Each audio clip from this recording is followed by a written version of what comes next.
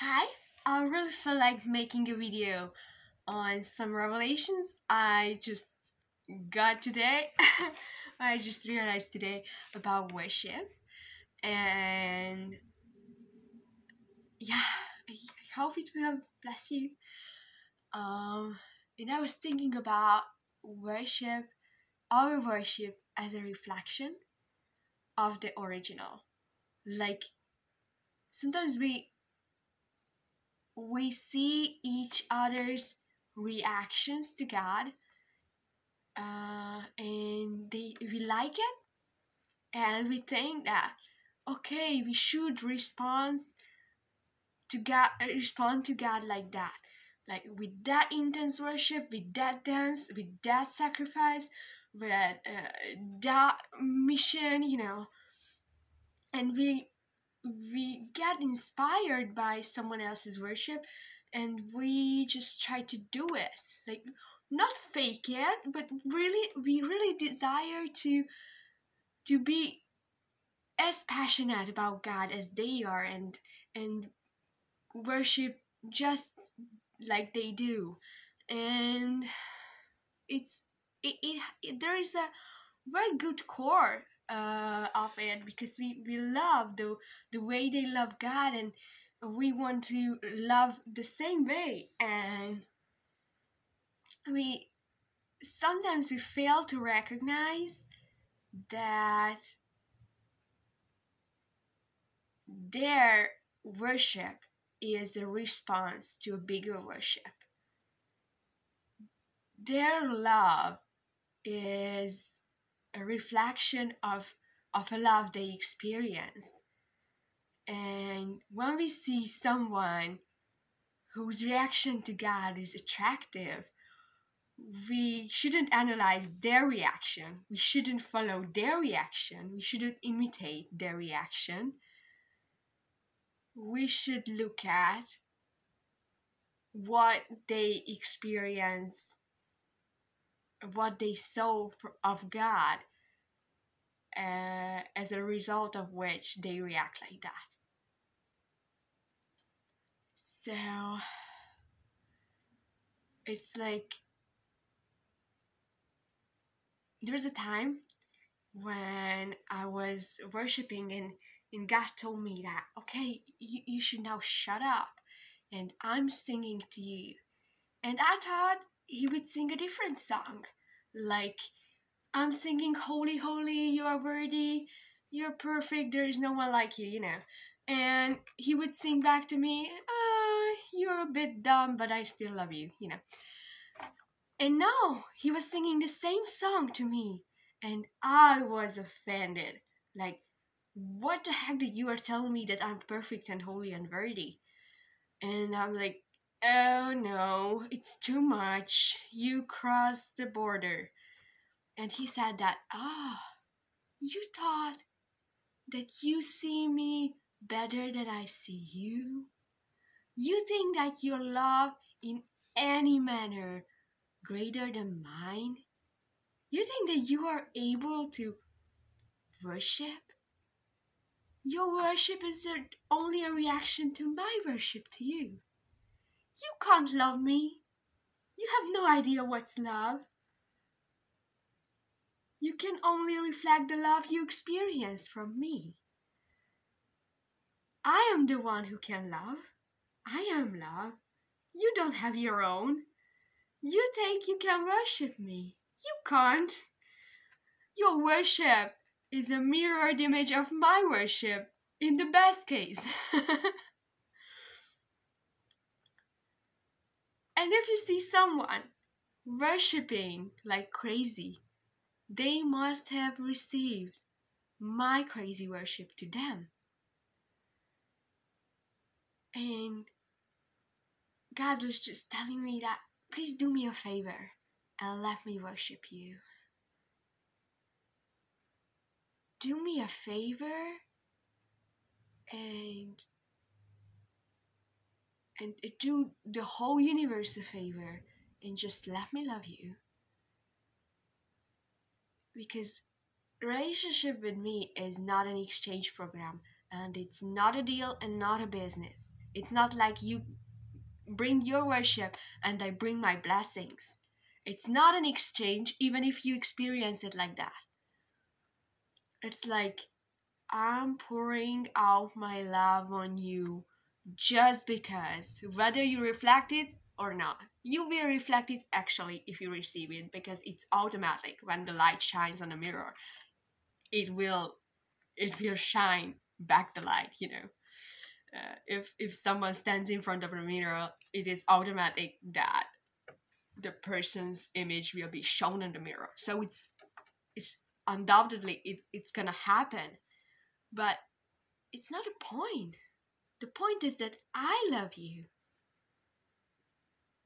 And I just remember that in John it is written that you have no idea what love is. Like the way you love me and the way you love others, it's like it's not love actually. It's only a reflection of love. The love is the real thing, the real deal, the original stuff is mine.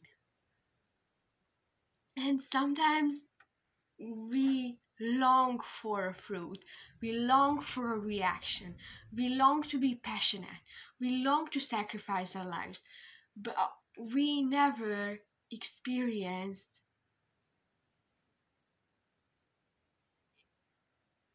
the way he worships us, and we condemn ourselves why we can't worship him back.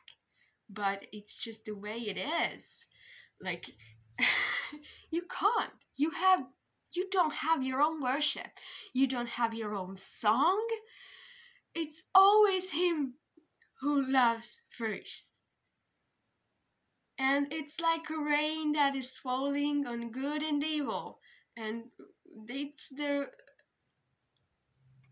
rain in and out of season. It's like it's the thing that is flowing all the time and raining all the time. And only thing we can do is just receiving it. And we should just build on an altar of worship in our lives. And by the altar of worship, I don't mean your worship and your response. Build a place for him to worship you, because that's the real deal.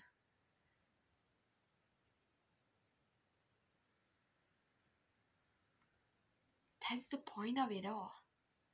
Build an altar of his worship to you.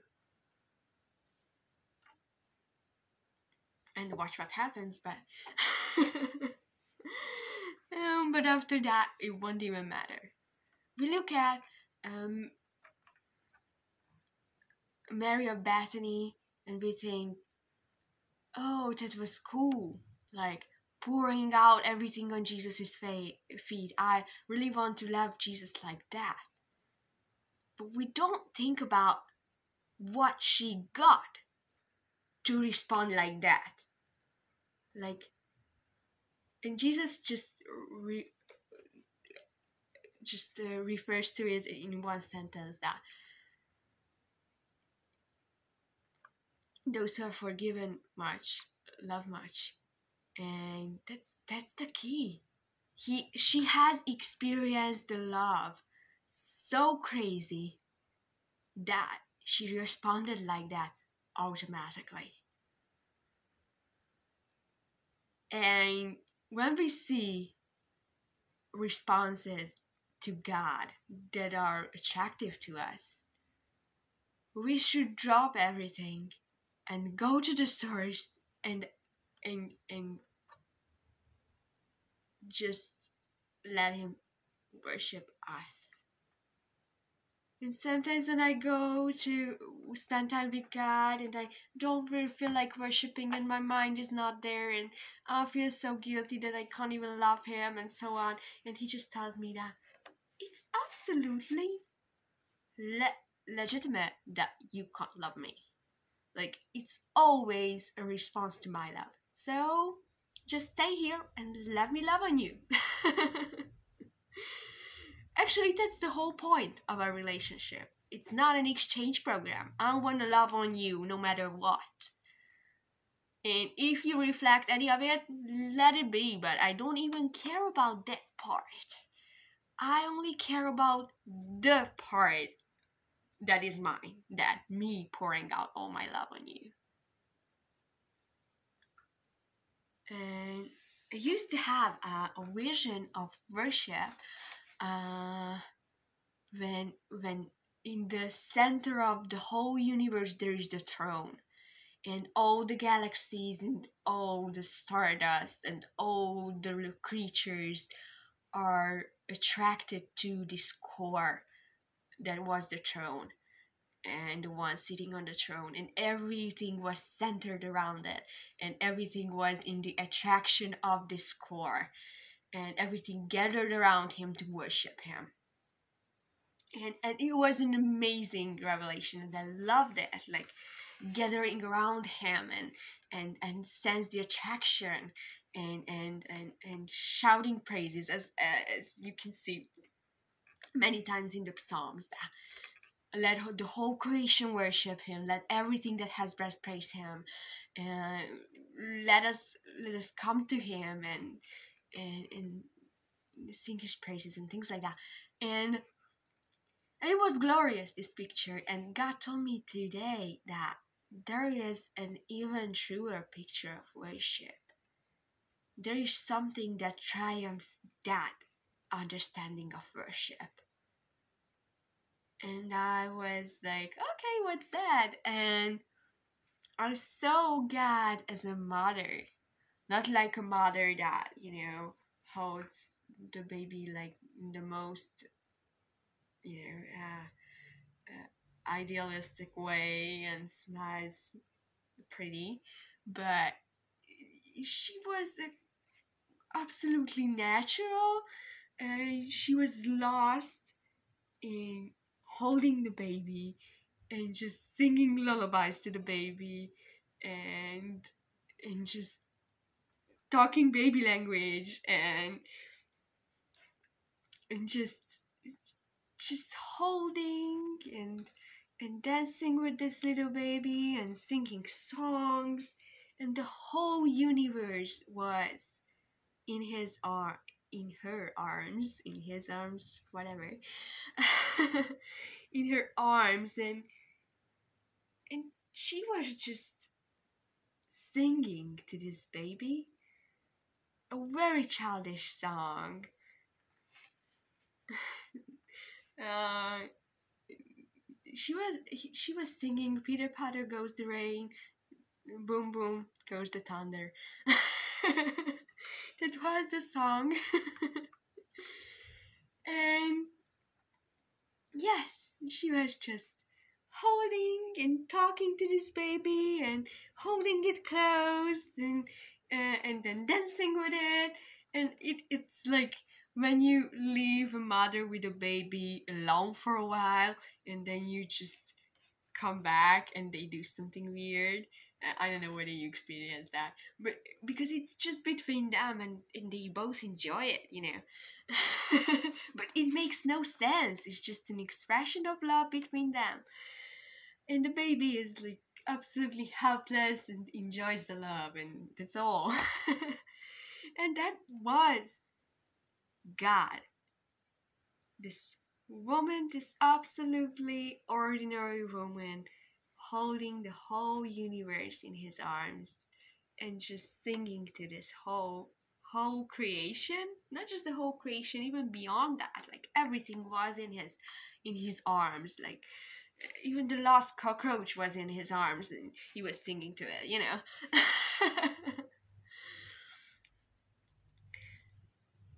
And then I just remembered that there are many images in the Bible of God being a mother, and like in the Old Testament, you can see that God is talking to Ephraim, that I taught you how to walk, and in the Psalms, he says that even if the mother who nursed the child can forget about the child. I won't forget about you. And in Hosea, there is a verse that is talking about like God holding Israel as a baby and holding it close to his cheek and nursing it.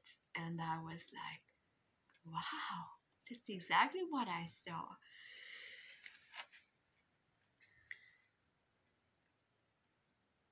And God just told me that, yeah, that's worship.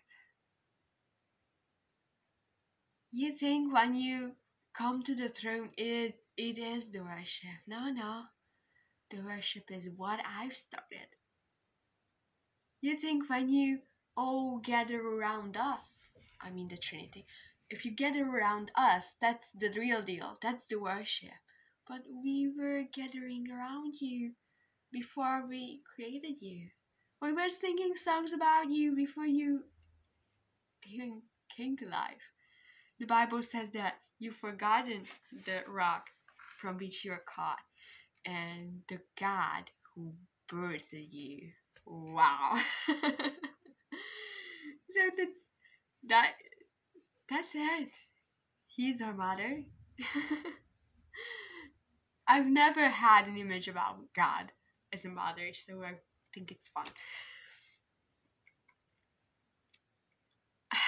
And I love it so much that our attraction to him and our song to him and our desire to be around him is only a ridiculous small response to his song and his gathering around us, or their gathering around us. I mean, the Trinity. And the real song is what they were singing when he was holding us. That's the worship. And yeah, we can respond to that. And we can sing our best songs. But his lullaby to us triumphs it all. His him singing Peanut butter goes the rain triumphs it all.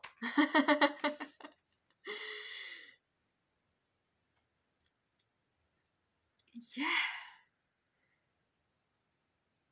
We have uh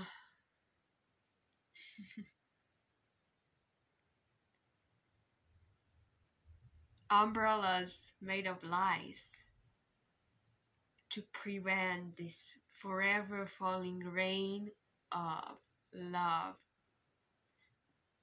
to soak us.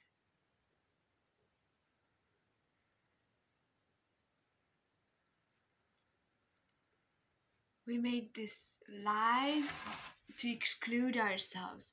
I can't worship him now. I'm not holy enough. I'm not really tuned in. I don't feel like loving him. I'm not in worship mode right now. I can't respond to him the way I would like to. And we just exclude ourselves from the rain of his love that is forever falling on us if we don't prevent it to fall on us. And at a point I felt weird about like him holding the whole universe. Like there's so much suffering, and are they still in your arms? And that was the first time when I started to understand the question most of the unbelievers ask when you do outreach, like, oh, and what about the suffering? In this state when he was holding the whole universe, I felt bad about the suffering. Like, how does it suit like you holding the whole universe in your arms? And God only said it. What if they don't know I'm holding them? How would they live if they don't know I'm holding them? and I allow them to exclude themselves from our love, and I allow them to pull out the umbrella of lies to prevents them to soak in the rain of my love. Yeah. Let us worship. Let us experience the real worship of His love,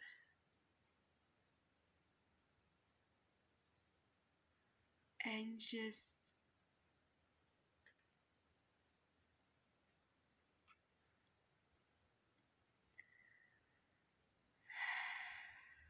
make ourselves vulnerable to this love and available to this love, and don't and stop thinking about what it should look like, and how we should reflect this love, and how we should respond to Him. Let Him love us first, as long as we need before we reflect anything of it. Just let Him love on us. Let Him worship us. And